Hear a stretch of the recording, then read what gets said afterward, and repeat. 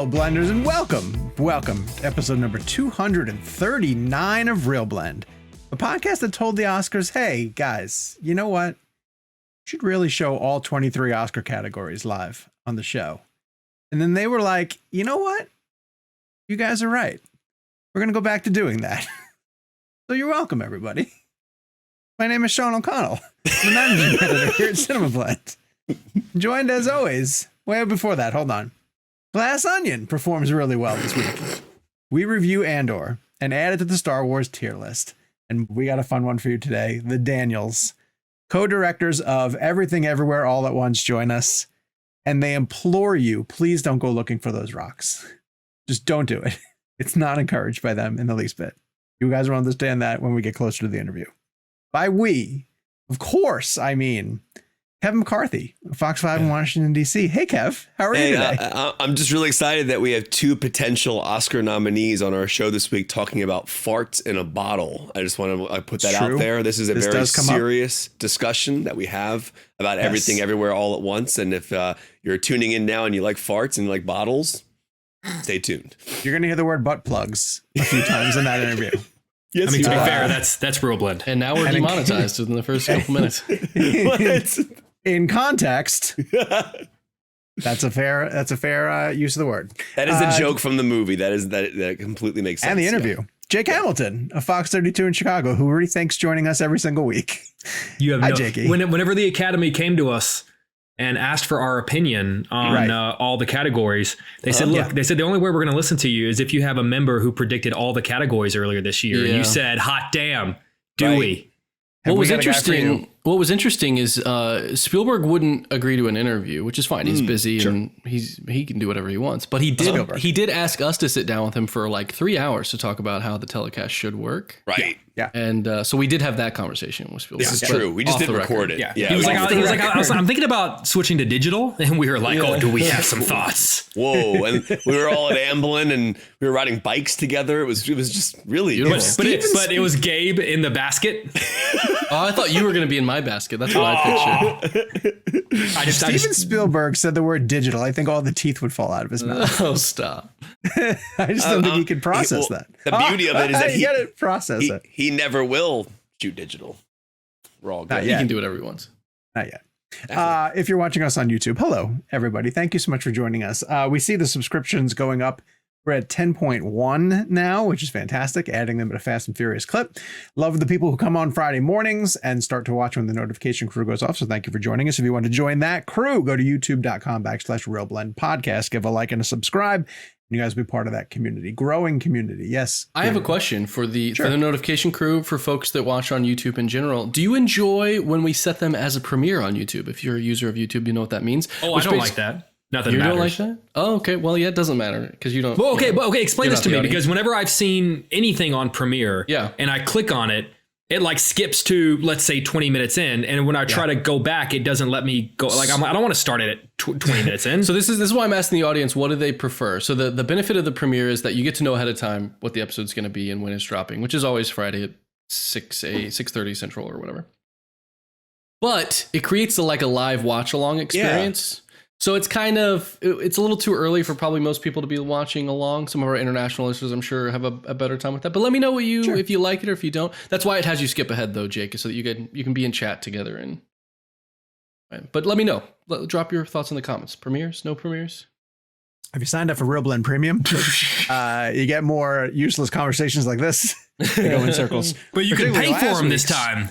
Oh, my God, last week's. Oh, my God. So as a casual listener, Jake Hamilton, who was not part of that conversation, I would love to hear your comments about the discussion.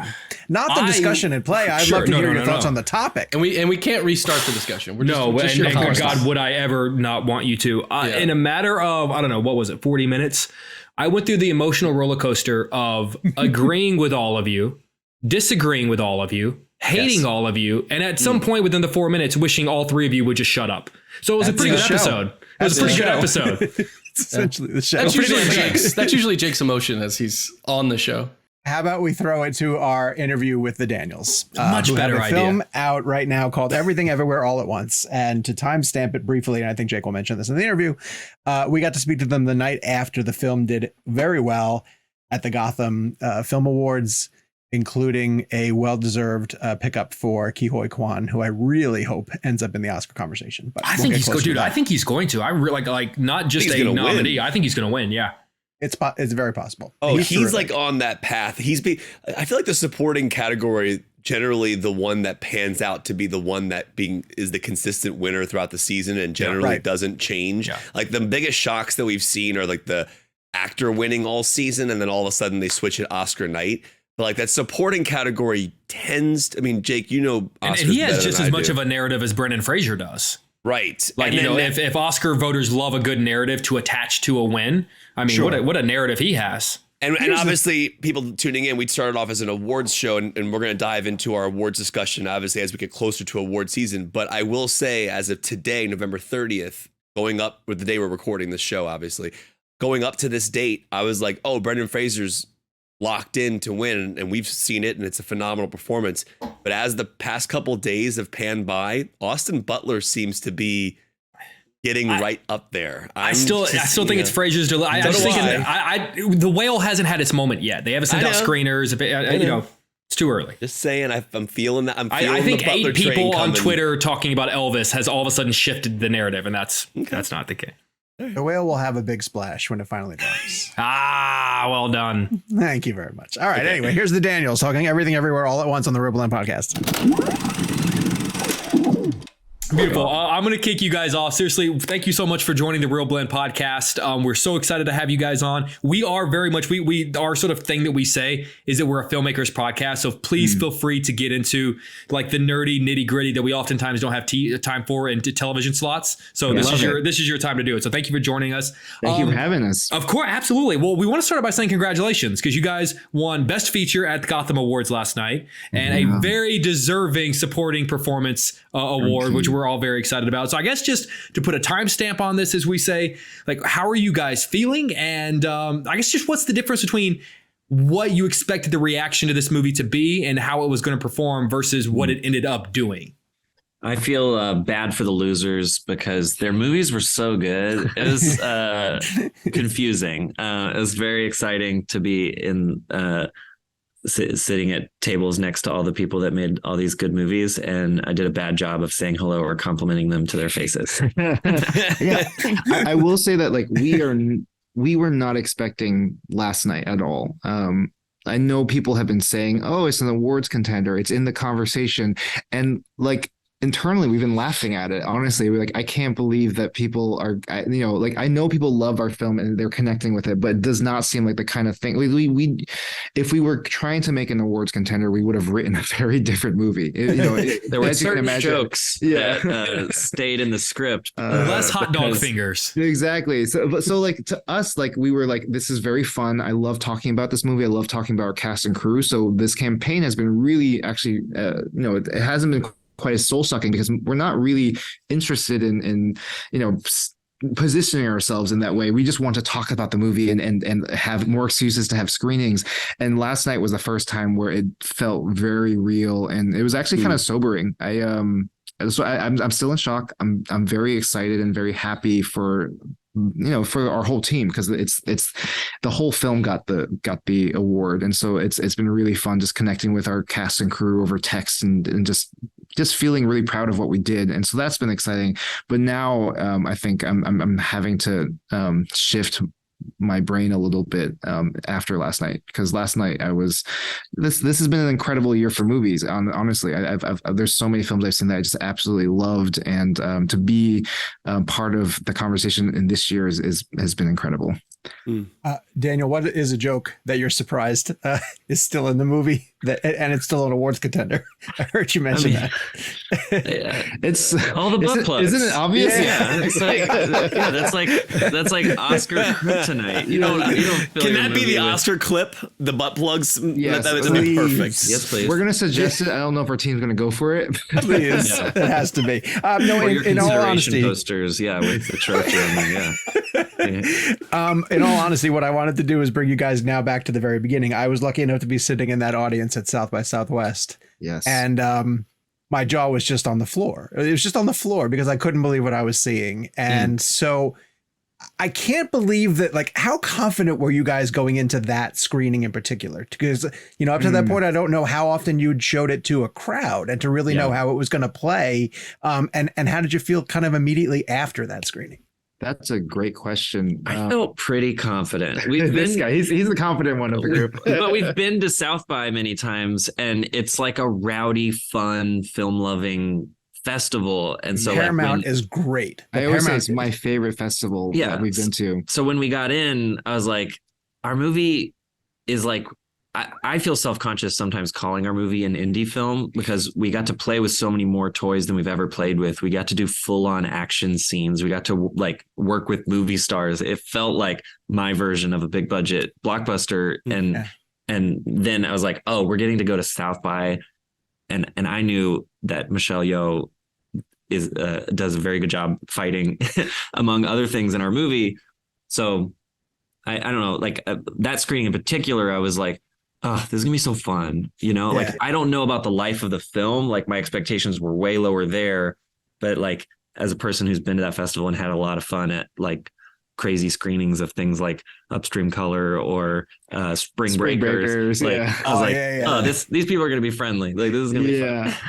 I will say that like after our first experience with Swiss Army Man at Sundance, like we were ready for anything. Like it's not like we were ready for people to to really not connect to some of it, which is fine. That's how most of our work has been. But we were ready for some critical backlash. Exactly. Yeah. And so honestly, the moment the film finished and we were walking backstage, I felt something I never felt before, which was like this deep contentment, this deep fulfillment, because we were backstage and Jamie Lee Curtis had never seen the movie before, and she looked at me and she was bawling and she was just tears on her face, and she said, "Okay, I finally understand the movie," and which was like incredible. Just to have someone like her be the first person I talked to after this movie, a veteran who's done this so many times and seen this process so many times, to see her shook was like incredible. And then right off the bat, the first question we got at the Q&A, if you remember, was a question about intergenerational trauma, and it wasn't It wasn't directed to Michelle Yeoh or Jamie Lee Curtis or any of the actors. It was directed to us, and we were like, oh, this film. We thought this was going to be a really fun action movie that would surprise you with heart. And then that night we realized, oh no, the heart is what is going to bring people to the theater. The heart is what's going to have people talking about this movie for a while. And I've mentioned this in other interviews, but like that night I didn't look at my phone once, which is, it's just a sign of how happy I was for just like one night, all these years of filmmaking, just for one night of contentment, just not having to look at the phone and distract myself from my awful existence. Just kidding. I'm gonna geek out here because as Jake mentioned, this is a filmmaking show, and I think one of the most extraordinary aspects about the film on a subconscious level is the way you shift the aspect ratio. And I think, like, as an audience member, when you watch it for the first time, you probably don't even realize what's going on because it's happening so quickly in your mind. But as you go back and watch it multiple times, you start to understand the brilliance of the editing and kind of the reasons for the shifts in aspect ratio. And I was wondering if you could just walk through some of those shifts and kind of like narratively what you wanted to intend and how you lensed maybe each part of the universe. I'm just curious, like, kind of how that worked and like the choices for the aspect ratios and kind of, again, I think at the end of the day, you want people to not notice it, but also it is a subconscious way for us to know where we are in the world. So I'm just curious if you can speak on that. Yeah. I mean, it's a great specific way to talk about genre in our film, right? So much of the lensing, the aspect ratio, even the grain structure that we were using was very much inspired by specific genres and familiar just visual tropes that we were playing with, because we wanted the audience to be able to know where they were at any given time without us having to say the hot dog universe, like we didn't want to have to do that every single time. And so with the base universe, just the regular universe, that was just a simple 1:8:5 aspect ratio spherical lens. We wanted it to feel very mundane, but cluttered and chaotic. And one of the first time a big aspect ratio shift happens is when Wayman is about to do the fanny pack fight and his head goes up.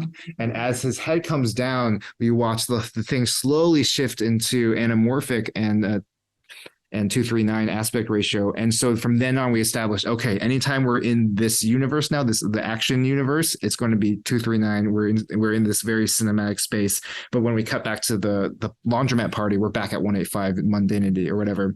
And so those became the two big ones. Yeah. And then we started sneaking a few more in there, like 4-3 for flashbacks to make you think about the past, and going to like 2-1 for the hot dog, which is kind of like Netflix's aspect ratio, because we were just like, it's kind of like a Netflix vibe is what we decided, but it was just it wasn't a ratio we used yet. I love the 2-1 because it's very much built for the algorithm of the compression algorithm, right? 2-1 is such an easier thing for the compression algorithm to calculate. And so anyway, I love nerding out about that kind of stuff. And we actually did, we always knew we wanted to do aspect ratio shifts, and our cinematographer pushed back. He's like, guys, that's going to be like obnoxious. Like, but we sold him on it, and then he actually switched lenses almost all the time. Every universe has different. So shout out to the assistant camera team, John Deese and Matt Sanderson, who had to like constantly like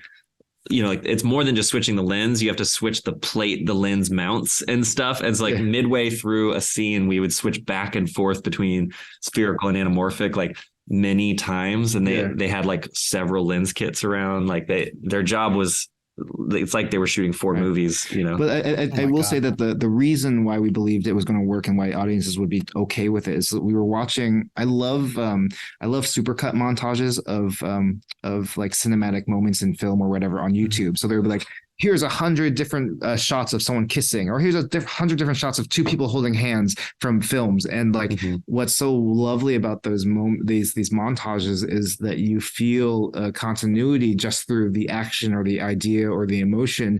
And it doesn't matter that it's a completely different aspect ratio, completely different compression. Some are obviously like 16 mil, 35, super 30, whatever. It's like everything all at once. And this film was very much meant to reflect the way that we consume media now, which is very much through YouTube or through scrolling on Instagram, scrolling on Twitter, and it's about the amalgamation of things. Could we find a way to turn that into a film language? And it was nice to see it in the streaming, by the way, because I'm a physical media fan, and I have to buy the Blu-rays in order to get Christopher Nolan's IMAX shifts for like Dunkirk and Interstellar and stuff like that. And then a lot of these filmmakers, they'll go to Blu-ray, and like Dune, for example, Greg Fraser, they didn't even get the 143, the 178 at home, I guess. And I'm glad that you guys kept it on the digital release. I'm imagining that was like a talk you guys had to have, right, to keep that digital. It was, I mean, that was something that we kept like early on. We were like, oh, what are we going to do about the theatrical versus the home? What's the simplest, elegant solution? Because I don't want to have to like rethink every single time we're releasing on different medium. For a little while, we thought about like doing a version theatrically that would be where the whole movie would be delivered on the DCP as anamorphic. And in that version, when he jumps, there'd be black bars on the side that shrink as opposed to black bars on the top and bottom that appear, So it'd be going from like here to here, but we'd have to go through and literally redo a bunch of visual effects and things. And we also wanted to do a version where the Rock universe would be the only fully IMAX universe. And we were like, we kind of wanted to go out into the desert with IMAX cameras and be like, just shoot the shit out of those rocks and then do a special DCP export, where it's like nothing in the film, but then like, holy shit, you're in the Rock universe. But each of those ideas would have cost, tens of thousands of indulgent dollars. And so, honestly, we went with the easiest solution, which was like, what we sent to the DC as a DCP was exactly what we sent for the Blu-ray. Wow. Same thing. Guys, you were kind enough when you were here in Chicago to sign a pair of hot dog hands for me, which I have here in my apartment. And the boys know, I've got a lot of movie memorabilia in my apartment. I have more people coming over and asking me about the hot dog. Like, dude, like, where did you get those? Like, how do I get? So please, I beg of you, tell me that you guys are on a shelf in your home. You have the butt plugs, or you have the rocks, or you have the hot dog hands without context at all, that they're just there on a shelf. No, I have a butt plug. One of our our Tim Ulick, our stunt coordinator, actually during the production asked our prop master Josh to recreate one, just build an extra one with our names on it. So it was a really sweet wrap gift. So it says director of the year, Daniel Kwan, director of the year. So that's a really nice little memento from the film. And unfortunately, the rocks are at the bottom of a cliff. We threw him off a cliff. Yeah. What? Why? It's on camera. Yeah, you saw it. You saw it happen in the film. Oh, that's right. And then you didn't actually go grab them when you were after you threw them off. No, I'm sure there's like an A24 intern down at the bottom with their hands in the air.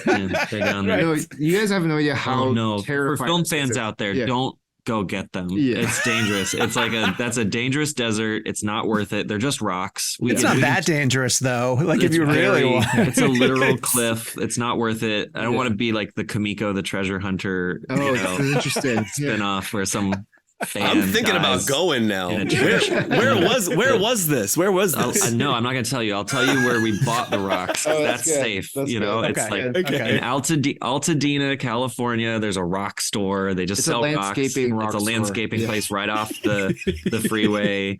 They cost like $3. Right. Are they aware that they sold like next to the Raiders boulder, like two of the most famous rocks in movie history? No, but I have BTS footage of us picking out the rocks. I love that you compare it to the boulder from Indiana Jones. That's amazing.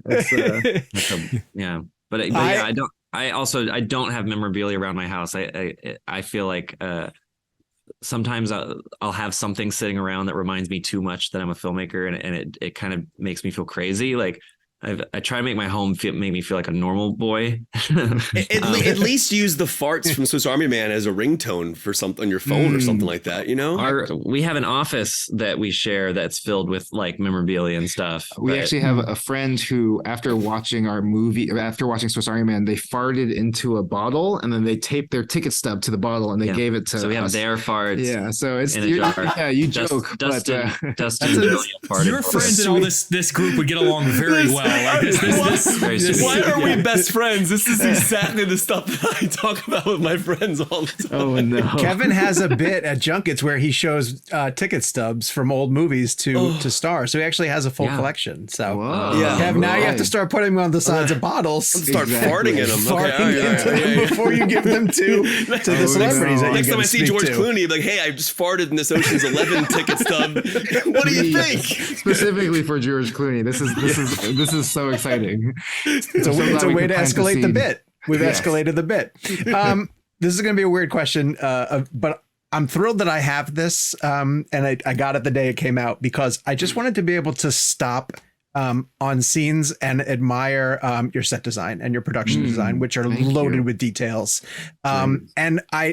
But I think that is there a danger in getting lost in the specifics and the details and filling those in? Like, when is a set ever done for you guys, or could you constantly be fiddling with stuff? I think we try to be directors that empower the crew to like do the details and tell them what matters narratively for the most part, and then there's certain sets that we get really in the weeds on, but like we told our whole crew, like, to help them not have panic attacks when we were prepping it, we would say this movie's about quantity, not quality. Like, we will not be mad at you for bringing some shitty stuff to set because we're going for quantity here. But there were certain sets, like we said, the apartment that they live in was super important. And we pulled a lot of references from Dan's childhood, our producer's childhood, like to try to get like details of this immigrant home right and make it feel lived in. And so Kelsey, our set decorator, that was the number one priority set, was that opening sequence set, their apartment. But then a lot of the other ones, we were like, it can be crappy. Like what's cheap? Like some universes, we would just point the camera in a corner, and be like, yeah. Well, Michelle, scream, you're in a universe, but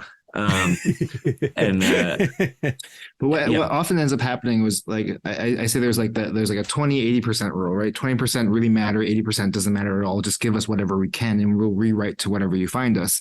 Okay. But often what happens is something that our set decorator, I'll use Kelsey as an example, something that she thinks is really important, we'll put into the 80% bucket, and she'll be like, no, I'm gonna rescue this. I'm gonna put it up into the 20%. And so one of the things that she really cared about was the hot dog universe apartment. We were like, don't worry, make it bare bones. It's not it's a joke universe that eventually obviously you care about, but like it does not.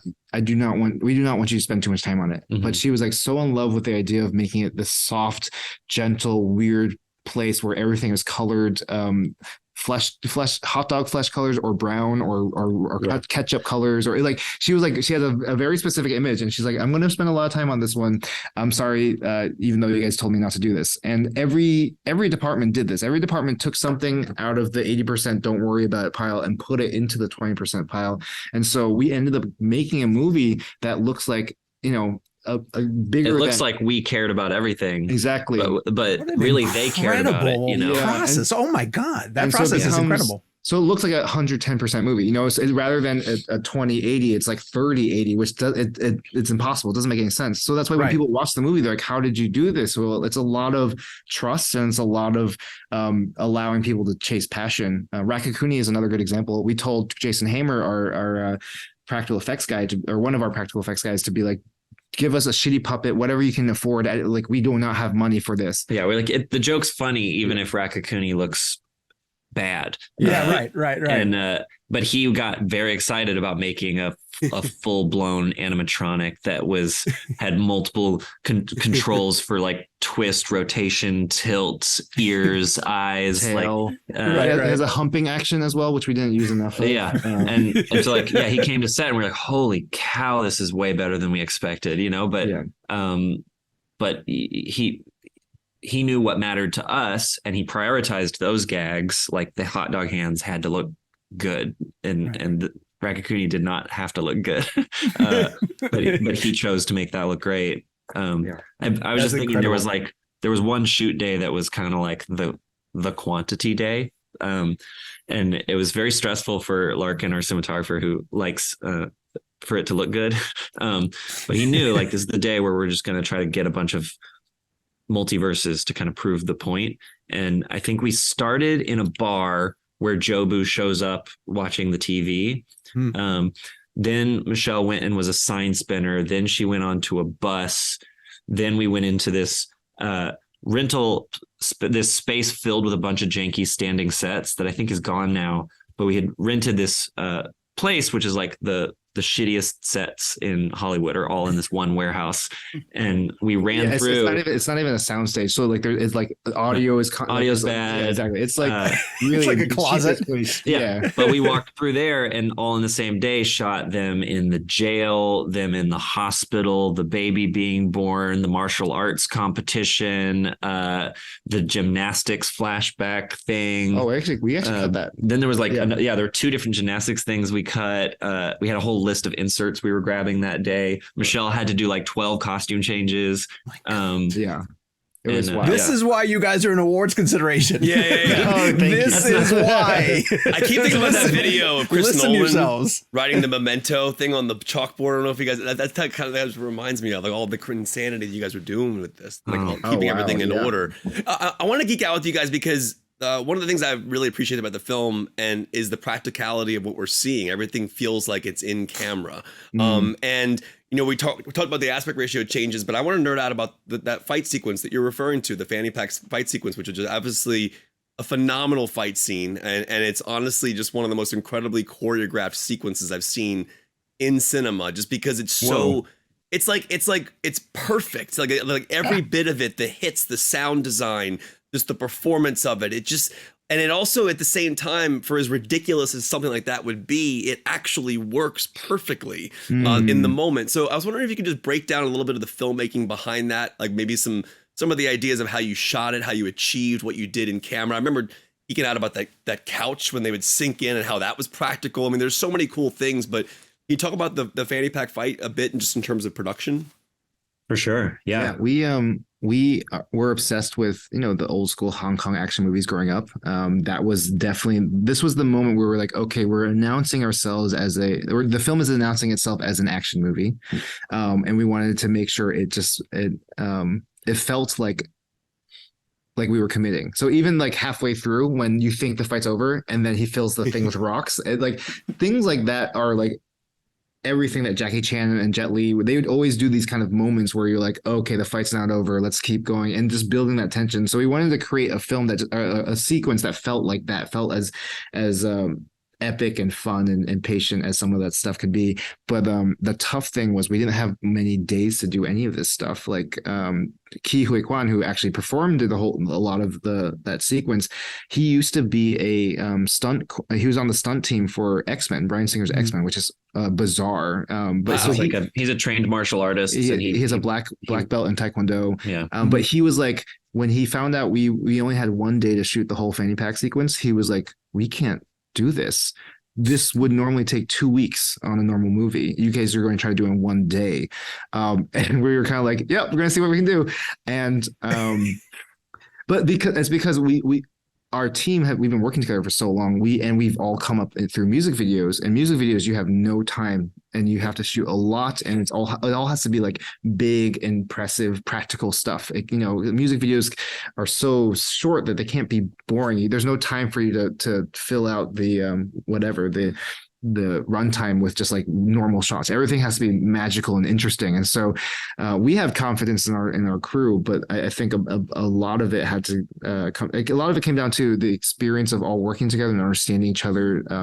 But then also we had the amazing team, the Marshall Club, which are a bunch of guys on YouTube that we found who basically worshipped those films, studied those films, memorized every fight sequence that Michelle Yeoh's ever been in. Like when they finally met Michelle, they could talk to her through fight scenes, and she'd be like, "Oh, I know that's Wing Chun," or "Oh, okay, great, that's whatever." She like so having those boys help us shoot a previs so we knew exactly what we needed was super helpful. So I think part of what made them great is that they're more than just good martial artists with fun fight ideas. They're good filmmakers.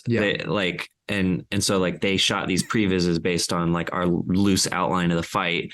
They shot these little short films in a warehouse that were already had good shots. I think sometimes we would watch really talented fight choreographers previses and be like, I just don't relate with their filmmaking.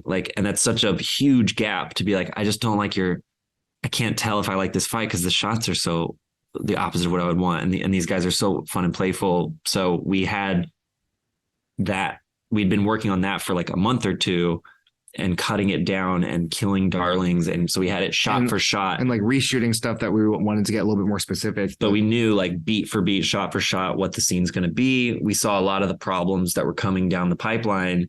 And so Tim Mulick, the stunt coordinator, rehearsed the hell out of that scene. Every single fighter was also the actor. We cast stunt people. So there were no doubles, no fear of continuity. It's like, no, that's the guy. That's the guy that's going to do the thing. And then we worked with our cinematographer to make sure the whole environment was pretty much pre-lit. So as we went through 60 different setups in one day, it was lit, and he would tweak and adjust, and we scheduled the day based on sunlight because there's the big atrium windows, but otherwise we made a lot of choices to be able to just fly and have fun, and for us to shoot it and for the actors to do the action. Yeah, that's the other thing. We did not want to have a second unit director do it because this is the reason why we wrote the movies. We wanted to direct some action. Yeah, everybody said that's how action movies work, because there's a second unit director who's going to do the fights. Yeah, and I was like, fuck you, I quit. If I don't get to shoot the shots where Michelle Yeoh like punches people, like why did I fucking write this movie? I'm out. Like, are you kidding? The last little tidbit I'll say is like because honestly we made this because we love action movies, so we're gonna nerd out about it for a little bit. We were lucky enough to be at the Sundance Institute, the Sundance Labs in like 2014, 2015, and Quentin Tarantino was one of our advisors. He's this filmmaker. Have you heard of Quentin Tarantino? Are you getting his name right? Yeah. It's a weird name, right? It's he's a European director. Yeah, he's European. But he we were talking about Swiss Army Man, blah blah blah, but Kill Bill came up, and he started talking about the difference between shooting action in Hong Kong versus action here.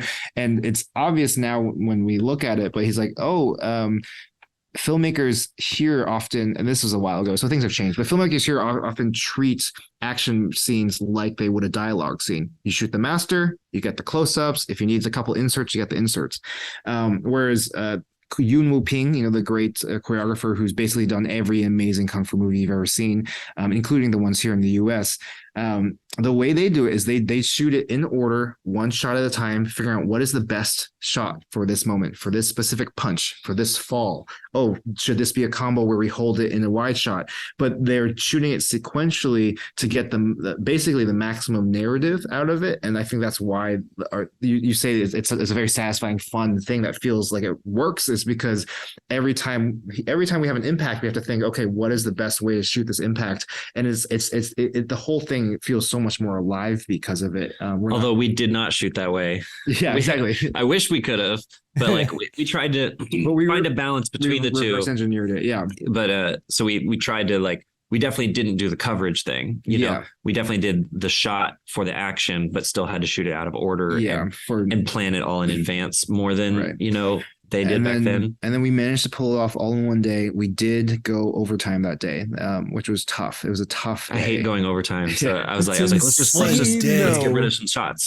That's insane. It's insane you guys did it in a day. That's ridiculous. It's just ridiculous. I think it was 2 days to do the lead up to everything in front of the elevator. So like one day was all the talking, like, really, you want to divorce this paperwork, punching Deirdre? I think even the chapstick was on the other day. Yeah. And then one day was like, all right, fight. Yeah. We're fighting. Wow. That's incredible. Guys, I really wish we had more time. We love talking to you. We're so happy to have you guys on the show. Thank you so much for taking some time out of your incredibly busy schedule to meet with us. It's honestly, it's the best film I've seen this year. And thank you. Just in love with it. So thanks for joining us, guys. We really appreciate it. Thanks for having us. This was really fun. You guys are great. I'm excited to see what you guys do with this, but thank you so much for having us. Thank you so much. Yeah, congratulations to you guys. Thanks for making us movies that make us want to go to the film. Look for the rocks. But thank you for your compliment, and don't go looking for those rocks. All right. Maybe find the rocks. We want to thank Daniel and Dan for joining us. Hopefully they become return guests. I say that all the time, but those guys really seem to enjoy geeking out about the small things, the small techniques that come with filmmaking and putting together a movie that, like, I cannot even comprehend how they maintained the continuity of their story. And when Kevin, you start asking about aspect ratios, but aspect ratios shifting in multiple times in the middle of scenes and how frustrating that is for their DP and the people who have to take care of all the tech that goes with the DP.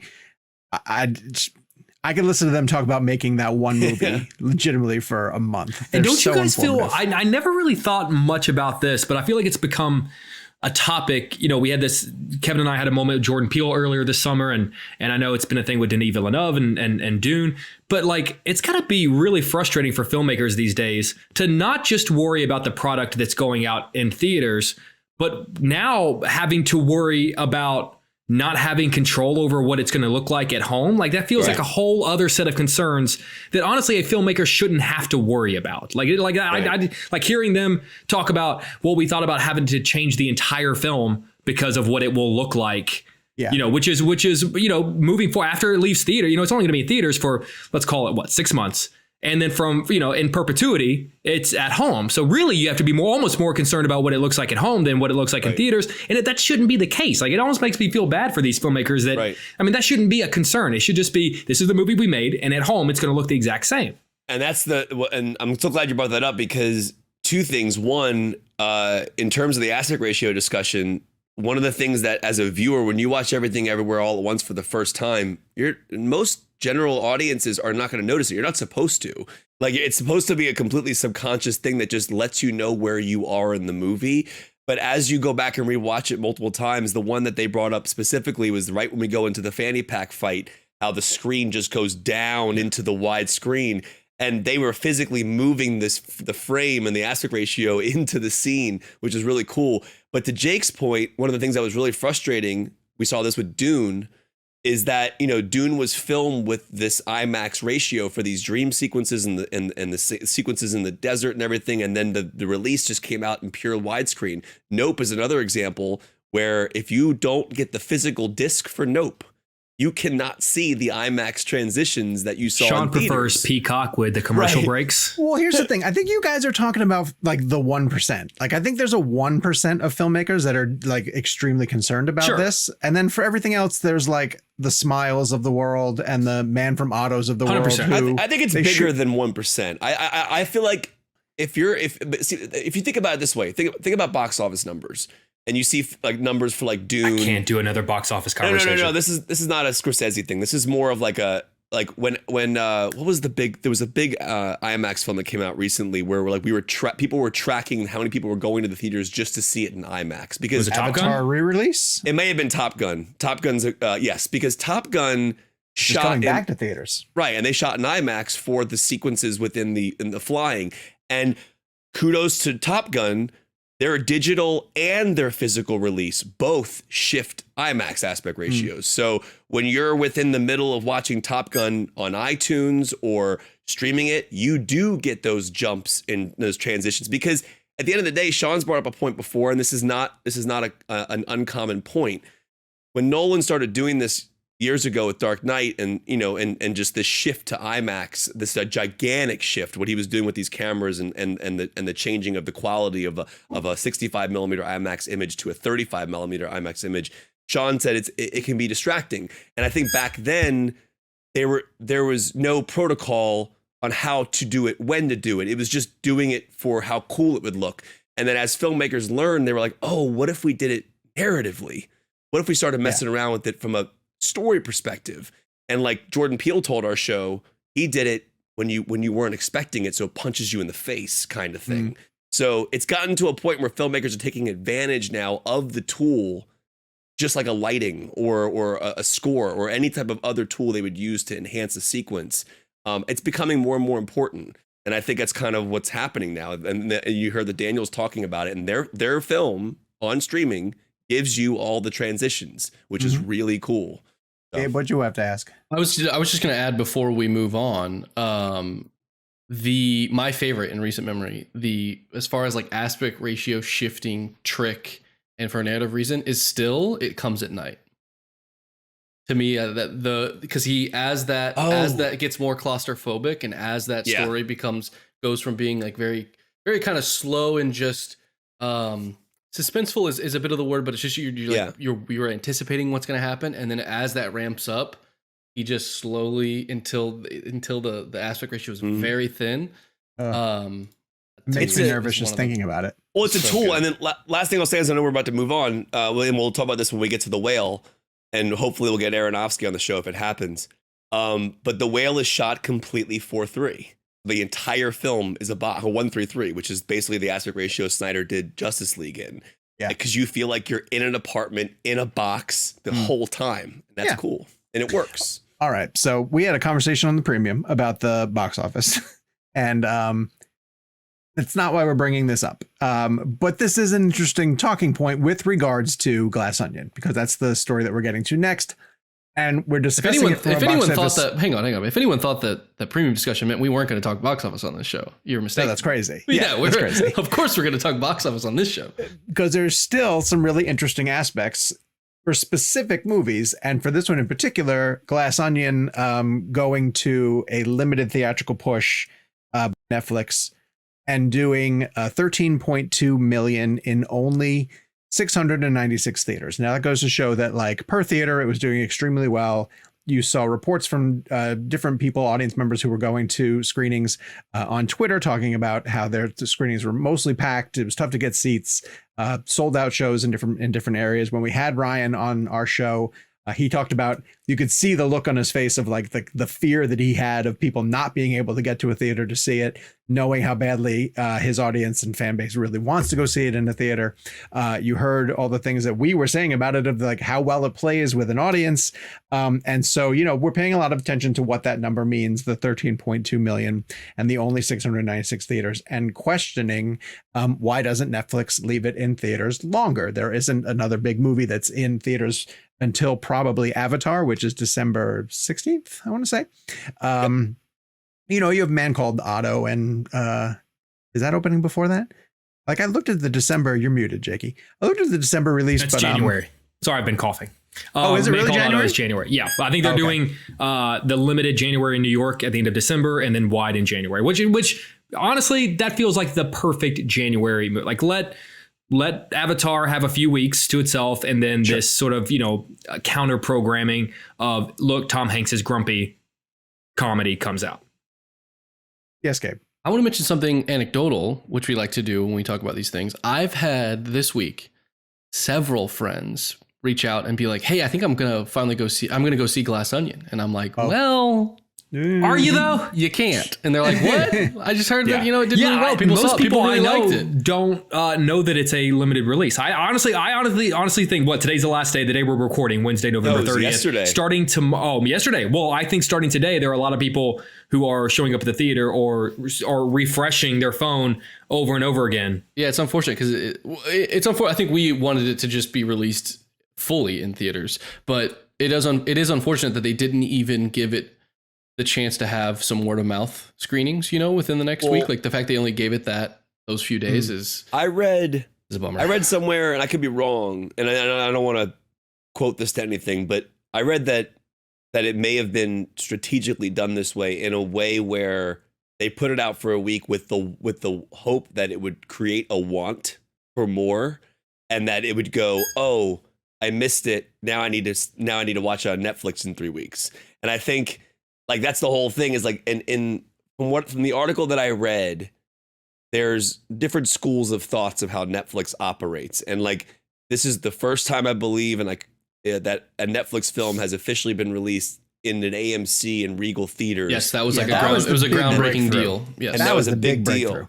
And I think, because that's why, like, we joke sometimes about how when we do screenings for Netflix, we can't do them at AMCs and Regals because they don't allow them. But in this case, there was a deal made where they were like, "Oh, we'll do the 23rd or the 29th of November. It's Thanksgiving. We'll give you 1 week, and then we'll stream on the 23rd. Now, generally speaking, with Netflix, like with Pinocchio, for example, we're going to have Guillermo del Toro on the show, that is a release that came out, I think, 2 or 3 weeks prior in theaters, and then it will be in theaters up till December 9th, which is the streaming release, and sometimes even carry over. This is Emancipation too. Emancipation's going to theaters December 2nd, and it'll stay in theaters but it's only a week. It's a week. Right. But now this is a unique case because they put it in theaters and then ripped it, and now we don't have it streaming. So the question, we all were questioning, why not extend it? And I think the biggest thing that I understood from the articles I was reading was this was literally the plan, was like for us to be like, "Oh, wait, we can't see it anymore. Why? What happened? Why was it limited? Oh, everyone's talking about it. Wait, I got to wait now 3 weeks." So they hope, their main hope is that you watch it on the platform. That's what they want. Yeah. That's my big. I think it's backwards thinking, though, in my mind. Well, it's this week that's the case, but what is the audience going to feel, between now and when Avatar happens? It is weird. It's just going to fizzle by the time you get there. Right. Why wouldn't you do it the week before? Like I guess if I'm marketing, why would you not put it if it streams on the 23rd? I guess you're going against Avatar at that point, because Avatar drops the 16th. And then here's the thing. Don't stream the 23rd. Stream this Friday. No, that's what I'm saying. What if so Gabe's point is this, like okay, we just came out of the 23rd to 29th release, and now we have 24 days until it releases on Netflix. So right now we're talking about it, but next week it's going to be a back of our mind conversation, and then it'll reemerge when the streaming comes out. I think Gabe's point, and I don't want to speak for Gabe, but wouldn't it be smarter to have released it for a week in theaters and then taken it out the day before it streams? I think it's fair. I think it's fair if they are going for that strategy. I think it's totally fair to try it out. I mainly say that as of like, well, it could kind of end up not being anything if people not forget about it, but like, it's different. Though you're right. Interest right now today seems to be very high for people because it's not available. And sure, okay, you're creating this sense of scarcity.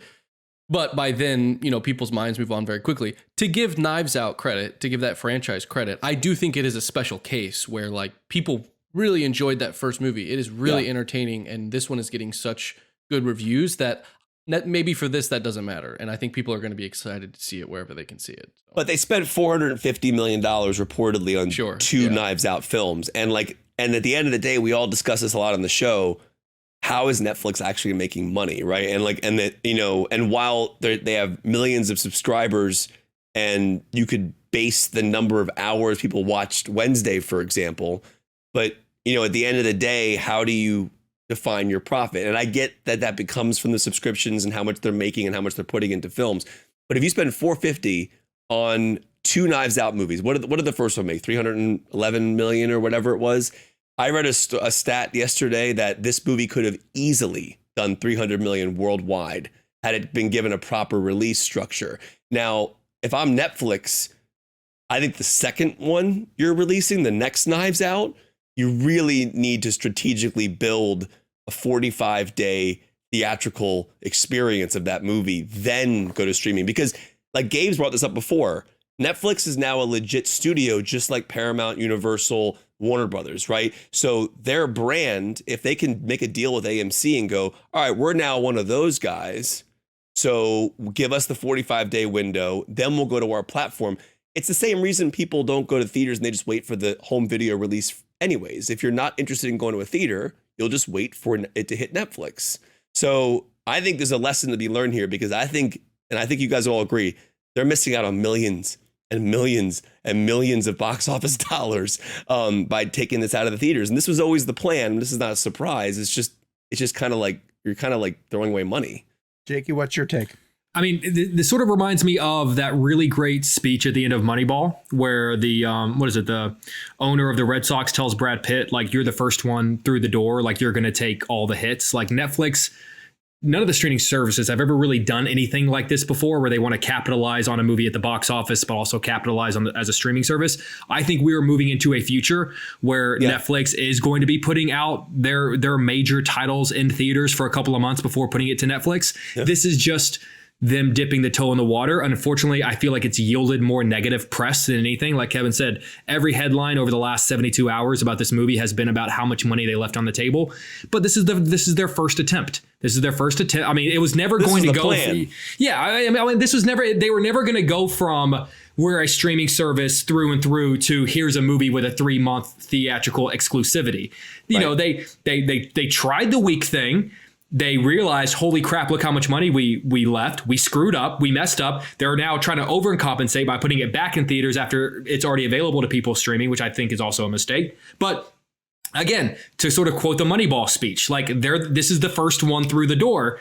It's going to take all the slings and arrows. It's going to take all the hits, but now they can get it right from here on out. Here's the thing about it, though, and this is where I differ from what you guys are saying. I don't think that this is a mistake for them, because Netflix as a company is 100% a streaming service. So for now, everything that they're doing is driving people to go check out things on their streaming service. They used to be a DVD delivery service. Hold on. I know. Yeah. I understand. But they create a buzz for a week. And everybody says, well, how come this didn't stay longer in theaters? But they don't want their movies in theaters. They want their movies on their streaming service, the majority of them. So then they send everybody over to the streaming service, because one of the things that they want to do is to be able to pump up numbers of views and amount of things that are watched on their streaming service, because now there is an alternative on Netflix for a paid subscription, where you get advertising. You pay a little bit less, but you get advertising.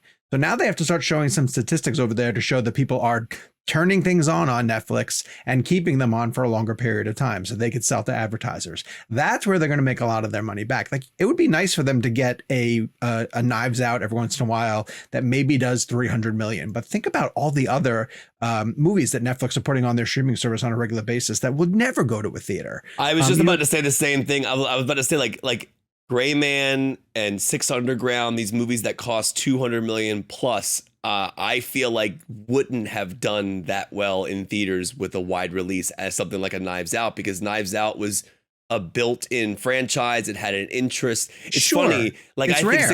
I think Six Underground and Gray Man are films that would be designed for theater. They're Michael Bay and the Russo brothers. But those are movies that would not have had, in my opinion, I could be wrong, but I don't think they would have had gigantic box office monumental milestones. I think they would have done fine. Knives Out is just based purely off the curiosity of how much people love the first one, and that's why it works. So it's almost like kind of Sean saying like you certain movies will work for this format, but like even if Netflix got exclusivity to like Mission Impossible, for example, like, I know it's Paramount, but if they had Mission Impossible 7, of course you want to put could happen somewhere down the line. You never know. But then today in an article, in a cover story that James Cameron did for the Hollywood Reporter, which I read from start to finish, by the end of that article, James Cameron was saying this, and I think this is really important for us to consider as a show that we are doing. He said during the pandemic, he was on Zooms with Steven Spielberg and Guillermo del Toro, and the three of them were lamenting to themselves, guys, we're out of business. Like, movie theaters are not going to survive this. We're not going to have the ability to do what we do, which is tell stories on a big level. And then Cameron said, well, all right, I got to rethink this. Isn't necessarily the case. They are telling stories in other medium. I might just have to shift the type of story that I tell. He goes, look at the types of things they're doing with huge budgets on streaming services. Maybe that's where I'll be in a couple of years. That's Jim Cameron saying that, like, I might be heading to a streaming service one day. It's like, you'll never hear Christopher Nolan say that. Maybe right not, now. But Nolan is an anomaly. He's without a doubt an anomaly. Him and Spielberg are. Scorsese went. You could get Nolan if you gave him the money that he needed to tell whatever story that he can't get told anywhere else, and you gave him a 45-day window. True. Now that's true. Yes. That's true.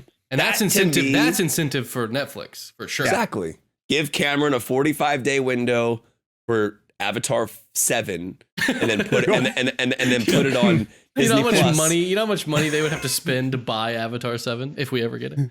He literally said, he goes, I'll be 89 by the time parts 6 and 7 come out. Wait, Sean, he's talking realistically. How far did you get into Terminator 2 today? I turned it off after the motorcycle truck chase, which was phenomenal. But then the beginning, I had work to do. Yeah, I had work to do. How could you I remember I just put it on the background. It was like background noise. Then I'd look up every once in a while and turns it off. I did today. All right, we're gonna get to a review of Andor, which Jake and I got a chance to see all the way through to the end, and then we're gonna add it to our Star Wars tier list. I said this at the beginning of the series. First couple episodes, I was like, this is starting to feel like some of the best Star Wars that I've seen since Disney took over Lucasfilm. And that includes, I put it above Force Awakens, and I put it above Rogue One, because it did to me what Rogue One did, which was introduce new characters that we hadn't seen in the world before, but still felt very much like they were part of the Star Wars galaxy, told a story that was tangentially connected to one of the Star Wars films, in this case leading up into A New Hope, but making you get invested in a whole slew of new characters. And this was after the first 3 episodes, which we're not going to get into spoilers here. This is a spoiler-free conversation, Gabe, is that right? Spoiler-free. Spoiler-free? Yeah. Mm-hmm. So the story goes in a number of different directions following the 3 episodes that I watched. And by the end of it, I am now 100% convinced that it's the best Star Wars that I have seen outside of, I would say, New Hope and Empire Strikes Back. And it is just, I credit Tony Gilroy. I credit Toby Haynes, who's the director who handled a number of the episodes. There were a few other directors sprinkled in. They're all dialed into this main story. I credit the cast. Diego Luna has been fantastic as Cassian Andor. Andy Serkis came in for a three episode arc and knocked it out of the park. It was incredible from start to finish. And when it ended, I legitimately couldn't wait for it to continue. And I haven't felt that way about Star Wars in a really long time. Like sitting through Obi-Wan and pushing myself through things like the book of Boba Fett, which kind of went off the rails. I loved Mandalorian. I really did enjoy Mandalorian, but I think Andor is even on another level, I think, in terms of the storytelling. And it's Tony Gilroy is the perfect guy for this type of storytelling because he has a good political sense. He really dials into the haves and have-nots of the people who are in the rebellion and the people who are in the empire, and the motivations that can spark the people in the rebellion to get involved. Even some of the people who you would never expect to rise up and fight. And there's elements in the finale there's a speech from a person who's very important to Cassian Andor that just had me wanting to stand up and run through the wall, for the rebellion. And I haven't felt that way in a really long time. I don't think that the 3 movies that started with Force Awakens did a whole heck of a lot to make me feel part of the rebellion. They would mention it here and there. They'd cut back to Carrie Fisher, trying to motivate the troops from wherever she was at. But that always felt disconnected from the story that I think they were trying to tell at heart. Andor gets totally into it. I loved it. And I hope Jake liked it as much as I did. I have a quick question, Sean. In that speech, is that the speech where the guy says they swim now? Mm-hmm.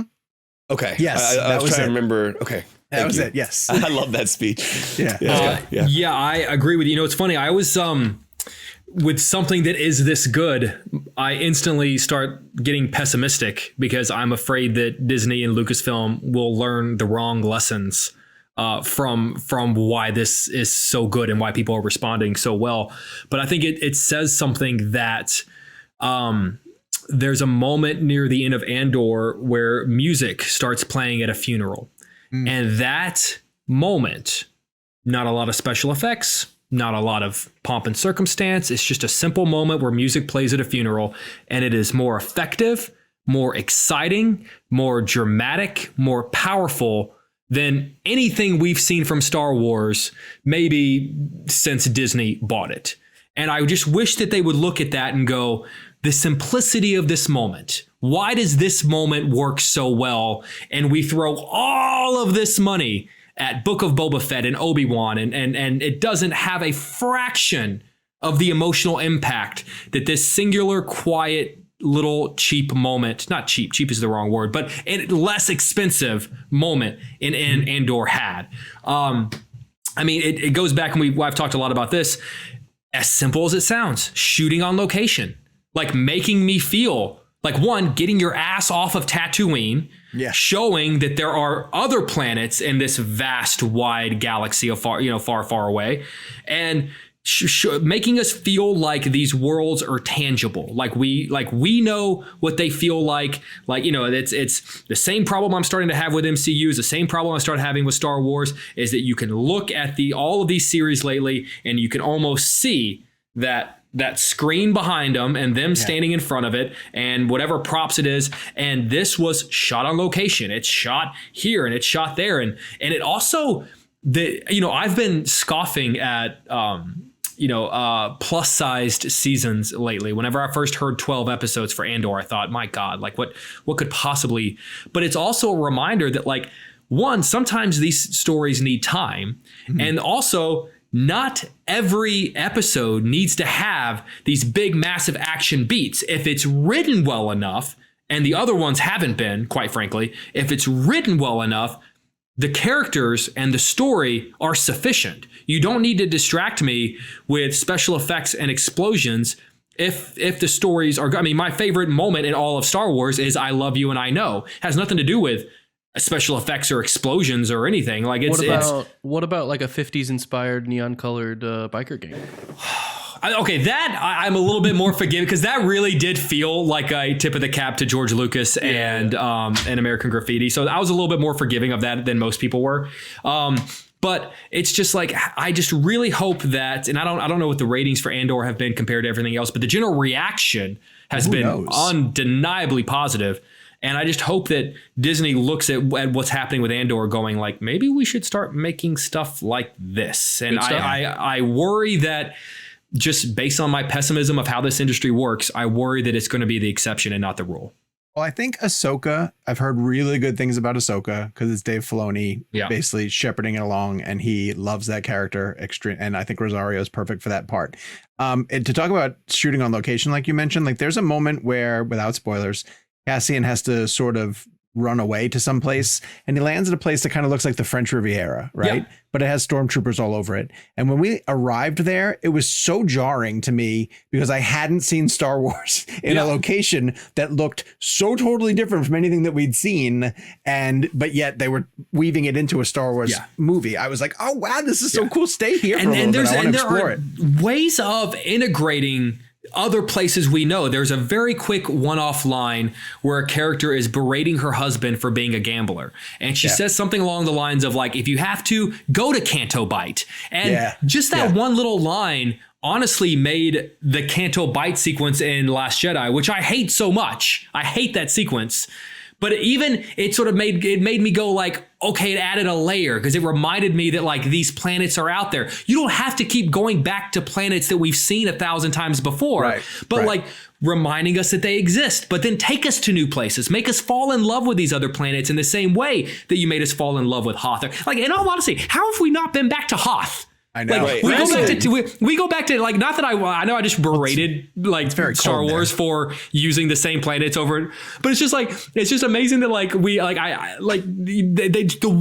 one planet they love going back to is the most dry, desolate, boring planet in all of the galaxy. But you've got this cool ice planet, and you've got Andor, and you've got. I will say, if we're given The Last Jedi love, its Salt Planet is its version of a Hoth planet. So. It is, and visually. Oh, that's visually one of my favorite planets in Star Wars. Yes, that is. Yeah. But like the image of the ripping up of and the red flying. Like, look, I by no means am I a Last Jedi fan, but even I will admit that is the most one of the most beautiful, gorgeous visuals. Well, would you two Star Wars? Would you two gentlemen like to add this to our Star Wars tier list? I'd love to. Yeah, I just like the scene when they were trying to figure out his name, and the mom was like. And we could do and then they figured it out. I thought that was just. You've been doing yoga, Kevin, because you're stretching, huh? It's good writing. That was great writing. Kevin so badly wants to be a part of this conversation, but he hasn't seen Andor yet. The mom was like, "And." Kev, did you start it? Did you get I've seen episodes 8 and 9, I think. That hurts my soul a little bit. I know why you had to watch them for the Andy Serkis interviews, but that hurts my soul a little bit. They swim now. I'm just excited about that. It's true. I put the Fablemans in for Michelle, but we started at the 2 hour and 10 minute mark, and just watched it till the end. That's a great idea. She was very confused. But, which still laughed at the final shot. Which of you two want to kick off? Sean, where do you put Andor? Yeah, this could be and or an A or. All right. It's an S. Right. I think it's an S, and I think it's an unquestionable S. I love that, Jake. This is where it's going to get complicated. I think it is a very strong A. I think S, particularly with Star Wars, comes with time and perspective, of which we've had neither. Yeah. When it comes to Andor, it's not to say that in 10 years I won't look back and go, oh yeah, absolutely. In the grand scope of Star Wars and how it has sat with me, I'm not comfortable. Particularly not comfortable rating it above A New Hope and Return of the Jedi, which I know shouldn't be a thing, but it very much is a thing. So for me, it is a very strong, respectable A. And again, while we're not comparing to where things are on the tier, putting it on the same parallel as Rogue One makes sense to me. That's okay. Mm-hmm. Yeah. And it's half the story right now. Sure. There are still a number of major things that have to happen. So I can backpedal to an A. I'm all right with that. All right. What's our S? And it's not to say, Empire. It's not to say that by the time Andor is done that I won't look. Because here's the thing. What's funny is, and I love Mandalorian. I don't really know how Mandalorian's going to wrap up, but I have a feeling like that's probably always at its most going to be an A for me. Probably. Yeah. Andor to me has the potential to head into S territory. It's just hard to judge it in its incompleteness right now. Mm-hmm. Sure. Okay. All right. It's an A. It's an A. There we go. But Dan, isn't it crazy? Like, think back to what was it? It was March or April when that first Obi-Wan trailer dropped. And I remember, dude, I'm not gonna lie, I'll be the first person to be like, Andor. Like, why? Who cares about Andor? Why do we need and I flash forward and Obi-Wan is the series I'm going, why does that exist? And Andor is the one I'm going, oh, thank God Star Wars is back. And heading into the release of Obi-Wan, like I've got a few friends at Lucasfilm and they were sending messages of like, for Obi-Wan, like this is the one. Like they're really excited. It was a typo. It was a typo. This is Obi-Wan. This is Obi-Wan. That's what they were just trying to say. They were hyped. They were hyped for that one. They thought the teaming of Hayden and Ewan again was going to be this is the one. Our tier list, I think we put it at a C. James Wan? And I don't remember where I had it. But like Obi-Wan did have great moments. It's fine. They were few and far between. I'm excited. I'm excited to catch up on Andor. Like this week's premium episode. It mostly just made me angry, and I was happy to turn it off. Same. All right, let's go to a quick ad break. We'll see you guys. It was full of characters I love, but my God, it angered me. And we are back. Okay, so we mentioned the Glass Onion was not taking advantage of the theaters, but Paramount wisely has decided that there's an opening. Why don't we put Top Gun back in theaters? And it's I think it's serving two sides. It's essentially going to allow people to go see it on the big screen, which is this movie is a movie made for the big screen and these larger screen formats. But this is an awards season as well too, and Top Gun is a player. And so I do think coming back to theaters and generating some headlines around the types of more box office, showing the type of muscle that this movie has, is going to affect some people who are putting their lists together, of which the three of us are Critics' Choice Association members, and our ballots are due soon. And so this is a strategic play on Paramount's part as well too. Jakey. I have a quick question for you, because I know you are a fan of nice round numbers. Last I checked, it was at like $1.486 billion, which means it only needs like 15 million or so to hit that 1.5. Does it have another 15 in it? Oh, yeah. Oh, I think it does. See, honestly, but at first I was like, oh, only 15, but like a lot of money. I mean, I kind of want to go see it again. 15 is a lot. It's coming to of IMAX. Money. It's coming to IMAX as well.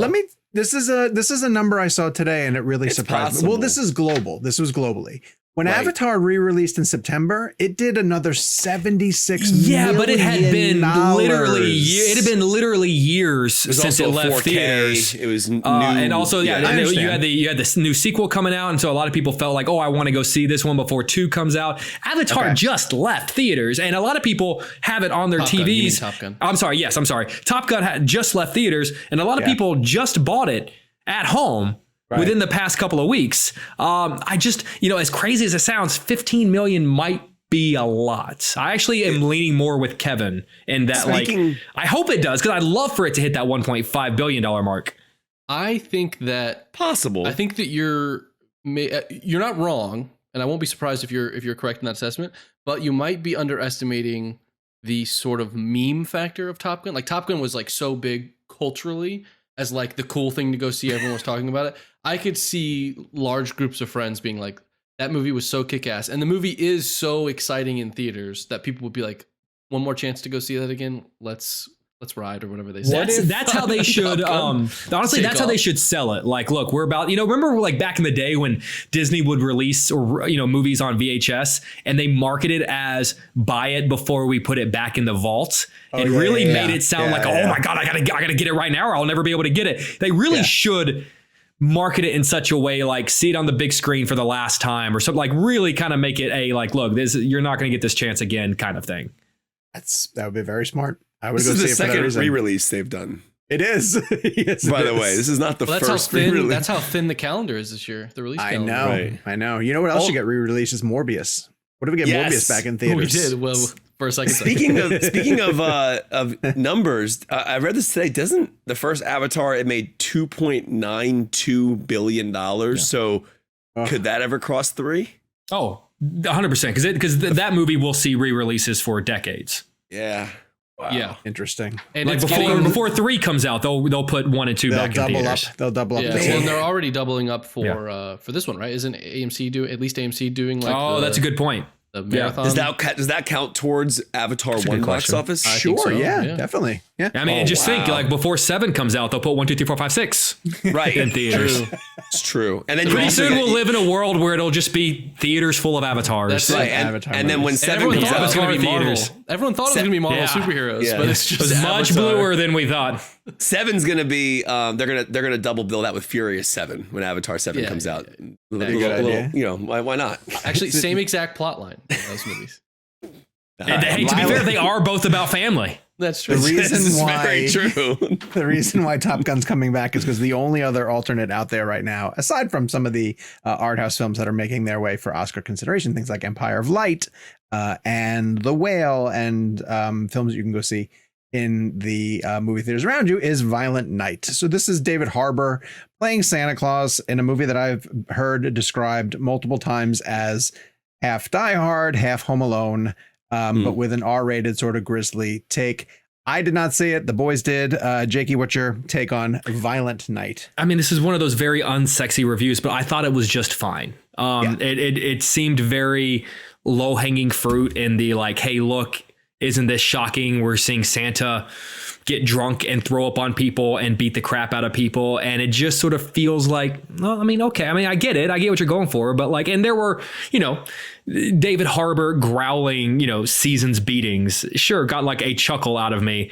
But I feel like, and again, completely different films, completely different concepts. But oh my God, isn't it shocking watching Santa do this thing? That trope, Billy Bob Thornton stole that 20 years ago when Bad Santa came out. So it's just, it's just not, I don't think it has quite the, oh my God, I can't believe I'm seeing this in front of my eyes appeal that I feel like the movie itself thinks it does. And I think Kevin will probably speak to the script, but the script is fairly poor, which I think really keeps it from, crossing that level. It's fine. It's fine, but it's just like, it's not nearly as clever or shocking as I think it thinks it is. Okay. Yeah. And it's all one of the things I will give it credit for. And this is one thing I like. So the 87 North is the company who produced this. The guys who did, the team behind like Bullet Train and John Wick and, Nobody. One thing I appreciated with Nobody, and I think it was really apparent in Nobody, and you've seen it in John Wick as well, is watching these action heroes actually get hurt. In Nobody, for example, when we were on the bus with Bob Odenkirk and he's in that fight scene, we see him taking those hits. And then he lands on that chair and just falls down in that fight scene and gets back up. So I think one of the cool things they did here was, and this is actually my favorite thing of the film, the powers that Santa has, he's able to utilize those within fight scenes. And I don't know if you agree with this, Jake, but I felt like they did a really good job balancing the idea that he didn't come out full force with those powers. He actually does get hurt. It does take adversity for him to get through fight scenes. And like 87 North is kind of known for their choreography and making fight scenes look as realistic as possible and have actual stunt actors doing these sequences. And I think that's why when you watch John Wick and you watch Nobody and you watch films of this company like Bullet Train, the fight scenes are amazing because they are actually done by teams of professional stunt actors who know how to choreograph long takes of action. And that stuff is cool. Bullet Train. Never saw it. Dude, you gotta see Bullet Train. Oh my God. Well, especially like to your point where we live in a world where actors, whether it be The Rock or Jason Statham, put in their contract how many times they're allowed to be punched and are never really allowed to lose. I mean, all of us grew up on actors who were more than happy to have their, I was gonna say more than happy to have their asses kicked. Like Harrison Ford, Schwarzenegger, Rocky, what makes like as big and otherworldly as those guys were, they weren't afraid to have their asses kicked on camera. And that's what gave them that human element that made those movies great. Whenever you read these articles about like, well, for Hobbs and Shaw, the Rock could be punched so many times and Jason Statham could be punched. And when it comes down to like a number and they're afraid to see who gets more, like that bothers me. And so to your point, yes, we need to live in a world where like our heroes honestly get the crap beat out of them. That should be the world we live in. They shouldn't be the exception. It should be the rule. Yeah, and in this instant, like Santa, the powers this character has, you essentially could annihilate anybody that you're fighting, right? And the payoff of the film is really cool because the powers build up, and each scene he kind of amps it up towards some clever ways that Santa could mess with somebody. That being said, and everything I just said, I fully believe in terms of what the movie does on an action level.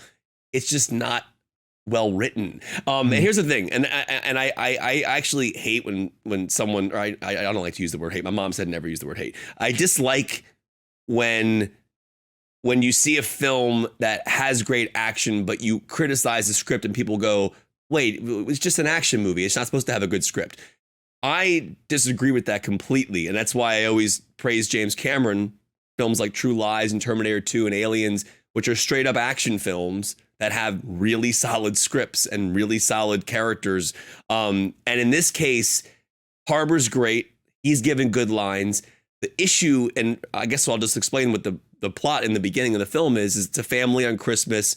A group of villains come in, take the family hostage, essentially. Santa's out delivering gifts that night. He happens to be at this particular place when this happens. And, you know, the whole point of the movie is for him to try and save the day.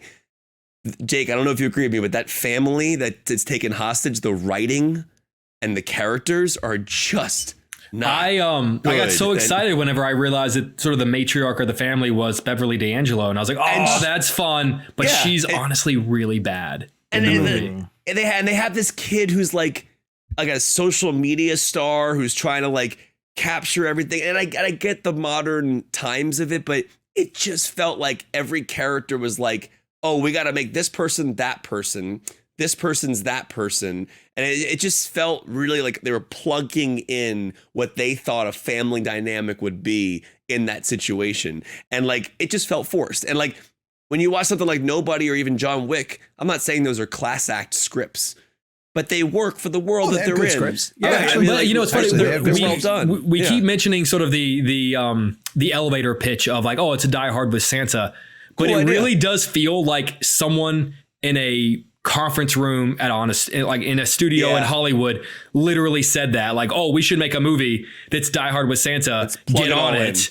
Yeah. And then they came up with that elevator pitch before they came up with the movie. Or worse, it almost feels like they just found the title. Like someone was like, hey, what about Violet Night? And then they were like, oh, damn. I will say this. I will say this. The movie, it's not horrible. It's just not like this is an exact example of the trailer being phenomenal.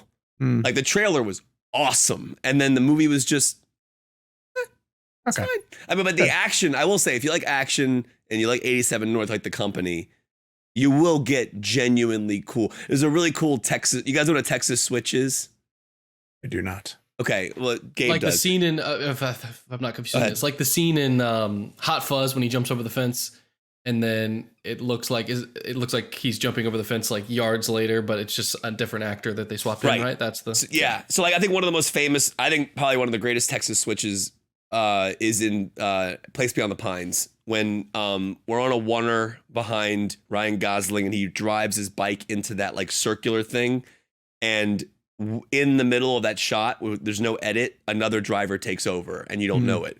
And it's basically what you do with it is you follow a shot and then you go off to the left a little bit. The other actor steps out while off frame, and the other stunt person steps in and finishes the shot, and then they'll redo it. Ryan will come back in, finish the shot. So like in Violent Night, there's the first major fight that Santa has with a villain as a really awesome Texas switch. It's basically this like brutal brawl, and if you look closely, you'll see like it's a oneer and it's harbor theoretically the whole time. But if you watch closely, the camera will move. That's when the stunt guy steps in. David Harbour rolls out. He waits off camera, rolls back in. It's like kind of a cool. It's called a Texas switch, I believe is the name for it. But it's only really because I just watched T2 or the first 20 minutes of it today. Yeah. The moments when they cut to not Arnold on the motorcycle are hysterical. So is it someone wearing a mask? Oh, I don't know. It looks like Jean-Claude Van Damme. It honestly looks like Jean-Claude Van Damme. So I know we have to move on, but you brought that up. I had to mention it. So the 4K release of T2, I'm usually against this type of stuff, and people have been criticizing George Lucas for years for changing things in his films, but I think those were more story changes, like with Han and Greedo. Yes.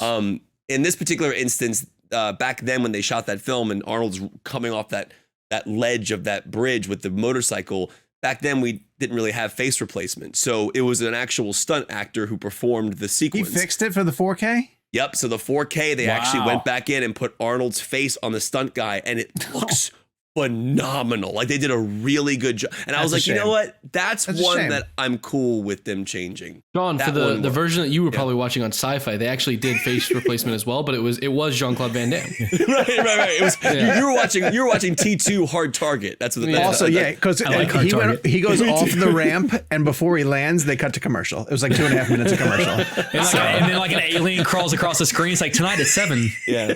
But no, James Cameron was on set, and he says, no, we don't need to finish the jump because this is when we're going to put the commercial break. Exactly.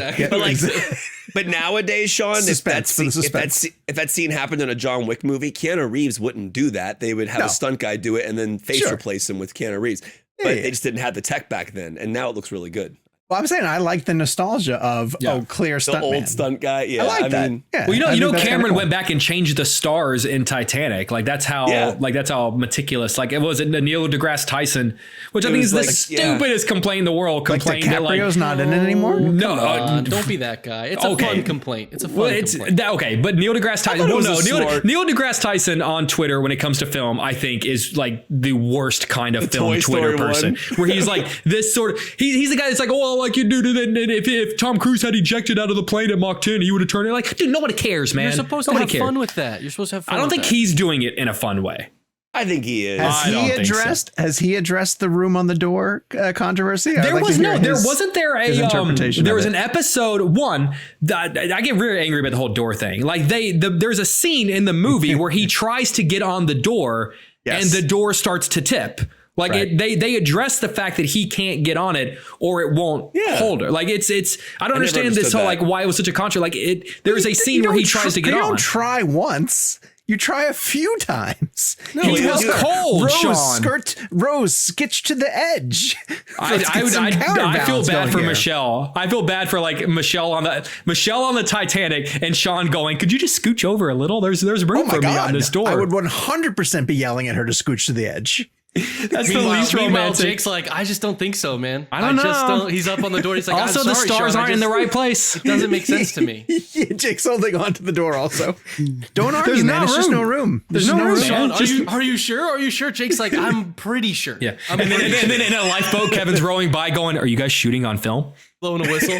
They were shooting on film. 35. All right, let's get to speaking of being frozen in the water. Gabe submerging in the water as he's rapping. We are trying to get to this week's blend game, which is #winter movie blend. So we like to mix it up every once in a while and get away from the actors and the directors and go with some type of a seasonal response. And my first one, I'm going to go first, and I'm going to say that my pick is Gremlins.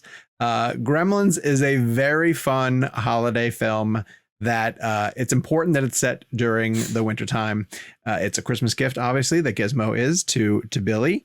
And from the get-go, when the dad is shopping and goes into that sort of down the hallway, down the alleyway shop where he finds the Mogwai, it's got that Christmas feel to it. He's Christmas shopping and trying to get something in the last minute. The conclusion in the town with the snowplow and Billy having to chase after the Gremlins has a great sort of winter feel to it as well too. I think there's a lot of great stories that you could pick that are set during the winter time. But Gremlins is the one that really starts to get me in the mood for, hey, it's Christmas. Hey, it's cold outside. Gizmo's snuggled up inside of a little scarf as Corey Feldman is playing notes on the piano and getting him to sing. And I'm ready to see Spike throw plates at Billy's mom and hide in the Christmas tree and all the really fun elements that come with it. So I went with Gremlins. Kevin, where did you go for your #winter movie blend? Yeah, and what's crazy about this is like my answer probably would change tomorrow. So this is where I'm at right now. But like when it comes to winter, like I snow clearly plays a factor into the visual element of the film. And like Home Alone to me and Just Friends, I'm going to cheat and do two, just because there are films that like get me into that winter cold spirit. Just Friends, obviously, with Ryan Reynolds, that was a movie that was special to me because of it was the first movie I ever professionally reviewed. And it was just, I don't know, for me, I put that on.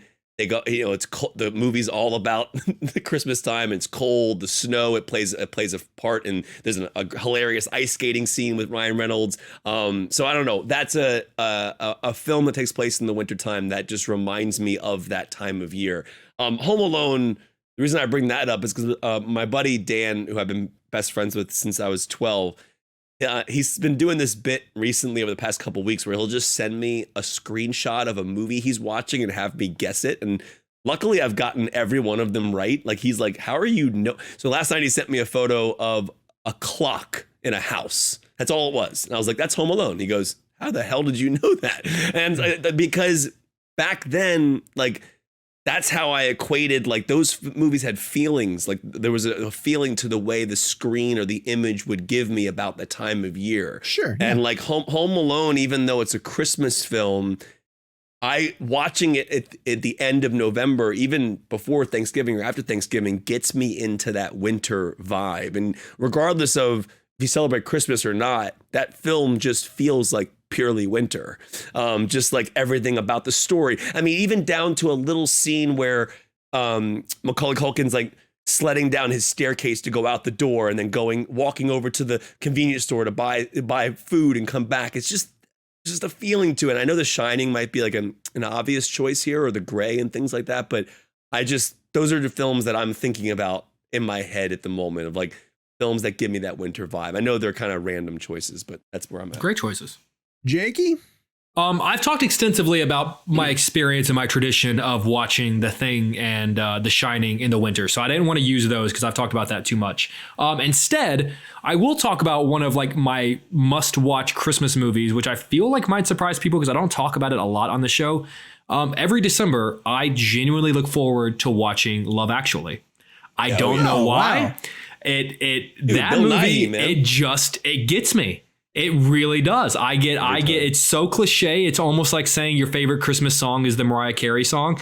But I'm telling you, man, I get wrapped up in all of the different stories. I get wrapped up when that little girl sings the Mariah Carey song at the end, when all of the stories start interconnecting with each other. And what's funny, we often talk a lot about this show on the show about how as you get older, how movies change for you. And it's interesting is that, what my favorite story in that movie is changes as I've gotten older. I used to really respond, to this one, and now I respond to this one, and now, I'm curious to see in 5 years, but I only allow myself. The Neeson one gets me more now. The Neeson one definitely, as I've gotten older, gets me a lot more. The Alan Rickman.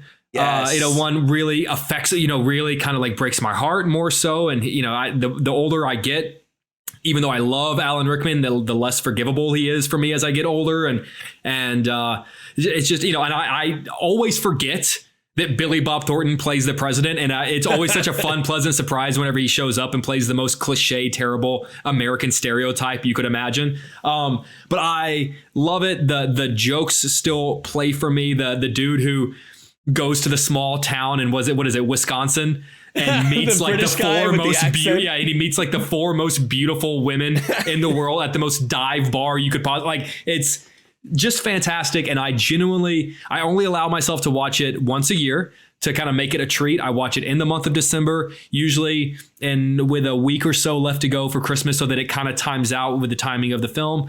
And I look forward to it. I haven't watched it yet this year, and it's still November 30th. But I honestly, just talking about it, I'm like excited to, like, I make a thing of it. Like, it has to be a night where I have nothing else going on. I'll pour myself a little drink and I will watch Love Actually. And it gets me every time. Dude, Bill Nighy's Christmas is All Around Us song.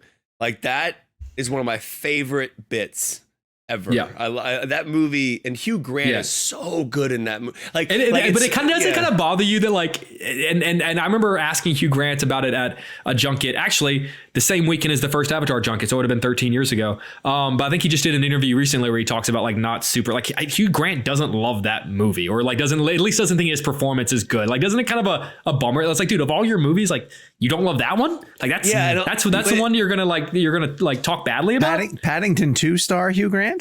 Dude, you can't not. People love Paddington. Paddington too. Dude, listen, I love it, and I love him in it. He's fantastic. I don't think I've ever seen Love Actually. What? I don't think I have. I think I've only seen clips of it. You have to watch it, man. I think I've only seen like the sign changing, and I think I've only seen. I've probably seen it 20 times. But like the significance of that clip, like all the clips that you've seen, like the iconic moments. Yeah. The significance of them is what, like I don't want to ruin it for you, but there's a reason that he's outside her door with signs. Like, it's no, I totally understand, but I think legitimately it's one of those ones where I've seen so many clips of it that I just feel like I've seen it. Could I ask you and Michelle to please sit down this holiday season and press play on Love Actually? But Jake, there's no way the card scene in the movie is more emotional than watching the two guys from Scrubs sell me Verizon or whatever. I mean, I know I'm switching cellular services. And I love those. I love those guys. I do. And that commercial hurts my heart. You gotta watch Love Actually with Michelle. Dude, has Michelle seen it? I don't know. No, maybe. Maybe. Arguably, it's been around for a long time. Top 5 romantic comedies of all time. 100%. Interesting. All right. That's Kira in it. I'm down for she's Kira amazing in it. She's amazing, dude. Chiwetel Ejiofor is amazing. My favorite. The cast is who insane. else? Is it Laura Linney? Martin Freeman, Laura Linney. Laura Linney's in it too. Yeah, and also the like what's funny is like you mentioned the plot line with the porn stand-ins. Like the irony of now I don't want to like say it out loud, but like the irony of what happens with that plot line is like it's right. It's fantastic. All right, audience picks. Indy Christina, she said The Day After Tomorrow. Good choice. That is a frigid movie. Christian Hestus went with something that I swore one of you two was going to go with, which was The Hateful Eight. Dude, I do watch that every winter. That's another good one. I actually just watched the first half of it the other day. People who are listening to us, watch the Netflix version of it. The episodic one. I don't like the episodic one. Oh, I love it. To me, it doesn't flow as well.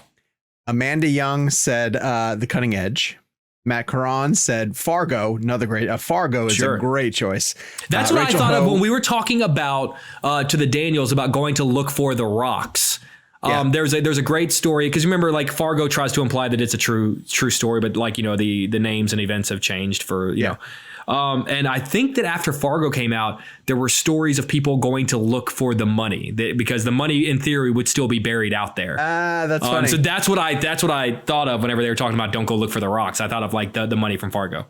Rachel Ho says Out of Sight, which I didn't realize was a winter movie, but I haven't seen Out of Sight in a really long time. She did note for some random reason. It seems like it's just for her randomly. It feels like a winter movie. Huh. Yeah, good for you. There are no real rules to this game. That's what I said. That's what I said. Why not?